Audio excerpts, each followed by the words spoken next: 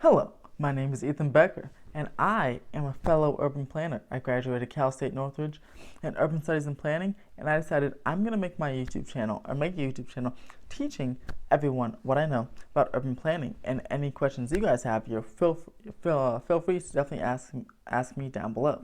So, now that that's out of the way, let's get started. All right, so what is urban planning? That is the question. We can't really go into anything else until you know the absolute basics of urban planning. So in this presentation, I'm going to give that to you, um, and definitely comment below or email me if there's something specific you want to talk about or you want me to make a video on, and I'll do that on. Yeah, I'll make sure to get to each and every one of your videos on again. It'll be Tuesday or Friday. Let's go ahead. Introduction to urban planning. So first of all, this is how basically a city works. Each city has its own planning department, whether you're small, like Calabasas, California, or you're large, like Los Angeles, California. Each city has its own planning department. If you're an unincorporated city in a county, like in LA County, for example, is huge. It's the largest county in the nation. There's a lot of unincorporated areas in cities, or yeah, there won't be cities, but unincorporated areas in LA County. In which case, then they do everything, all the planning decisions go through the LA County Board of Supervisors, which is basically like their planning department. The planning department makes decisions on what projects are approved in the city. If someone wants to build a soccer stadium or a football stadium or a new office building, they have to go through that city's planning department to make sure it's legally okay via zoning, the height's okay, the no, that meets all these different requirements like setbacks, and for housing, number of units, number of parking requirements. There's all these different requirements which go to in different videos. But basically, the planning department is a team of people, and it's a large team if it's a large city, a smaller team if it's a small city. But it's a team of people who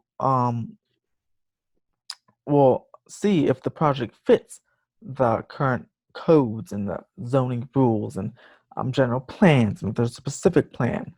They also make up the zoning rules for each area of the city.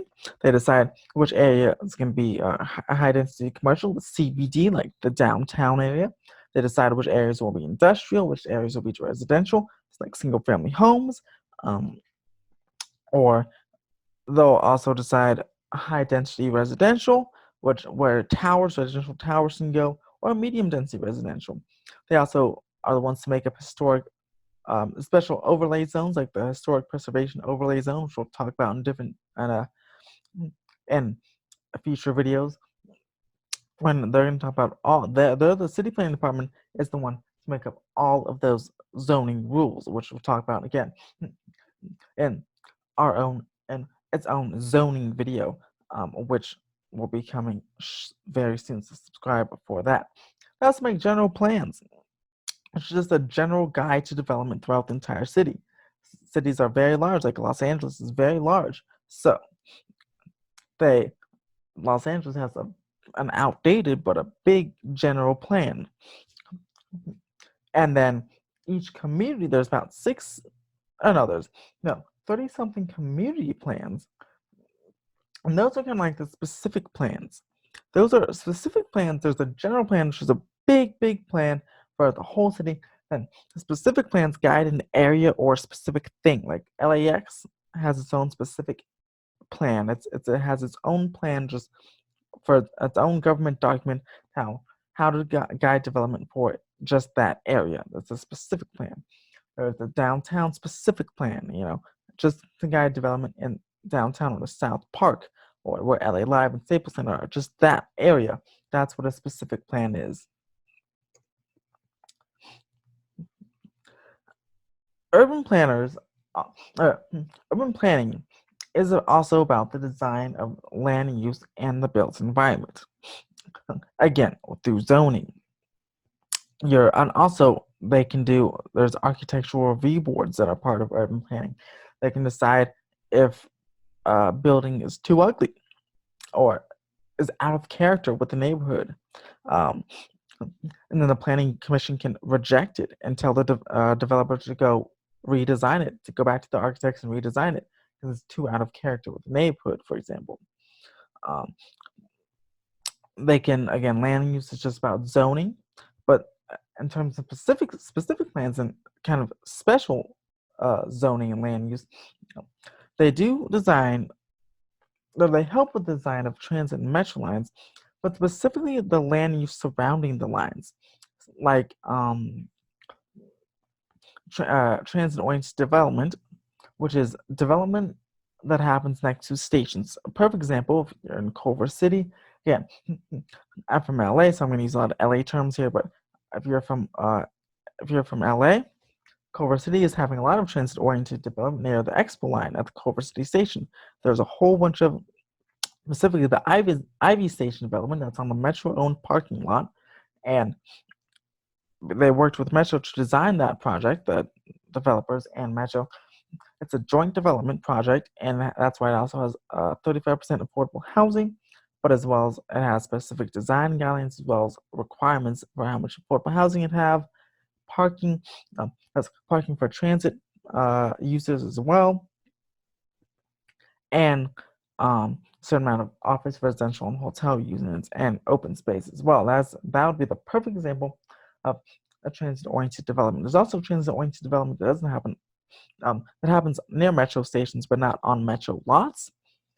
And that's a good example is Expo Sepulveda at the Expo line as well.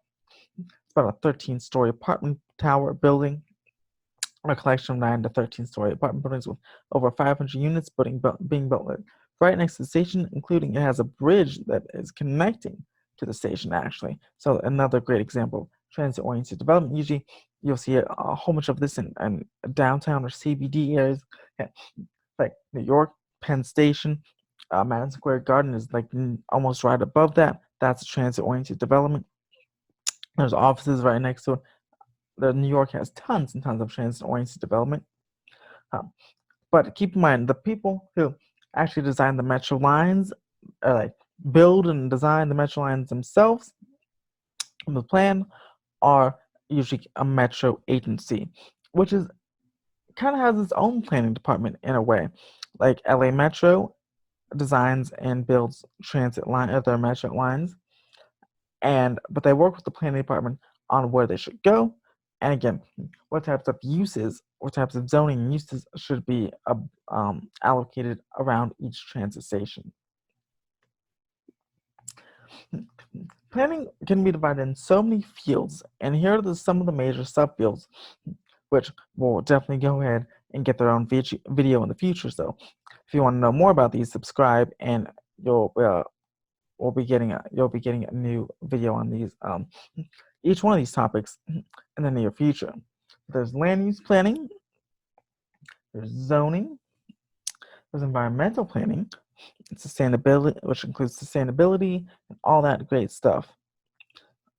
Transportation planning, which is all about, again, metro and bus lines and rail lines where they should go, and the land uses above those things as well as implementing bus lanes, bike lanes, and all the like.